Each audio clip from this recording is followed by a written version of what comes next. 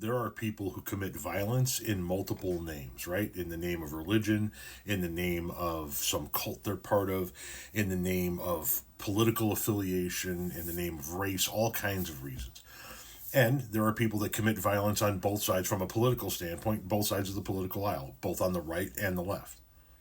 It does seem to be a lot more prevalent on the right. And whenever there's somebody who does violence that is inspired by the left, the right loves to point out that the left inspired them. But they never tell you when somebody wants to commit violence when they're inspired by the right, because that would make them look bad, right?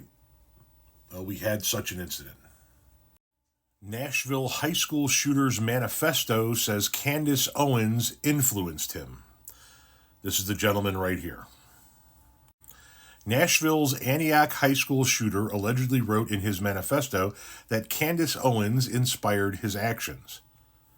New information has been revealed regarding the alleged gunman on Wednesday, January 22nd, with News Channel 5 Nashville reporting that the Metro Nashville Police Department have identified the shooter as Solomon Henderson.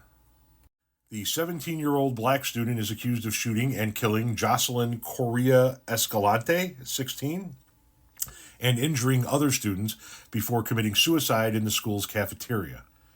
Henderson's manifesto showcases the gear he used in the attack, including a handgun, a lockpick, and a blueprint of the school's layout.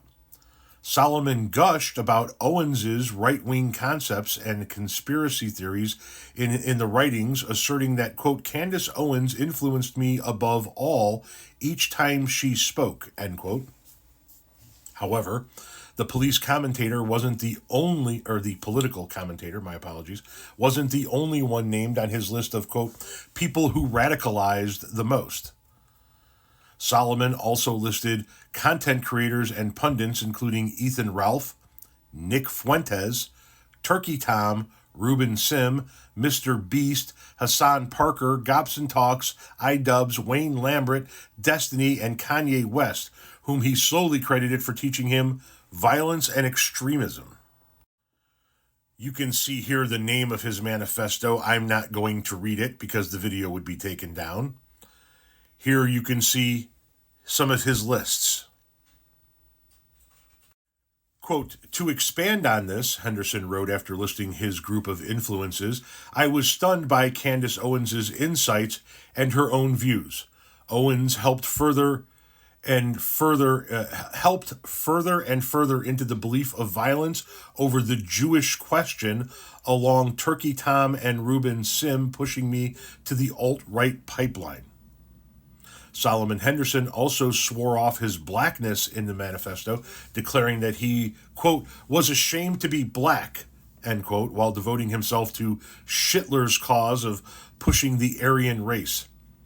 Feelings of disillusionment and fear littered the literary sketches, with multiple references to suicide or extreme violence against himself, women, Hispanics, and black people.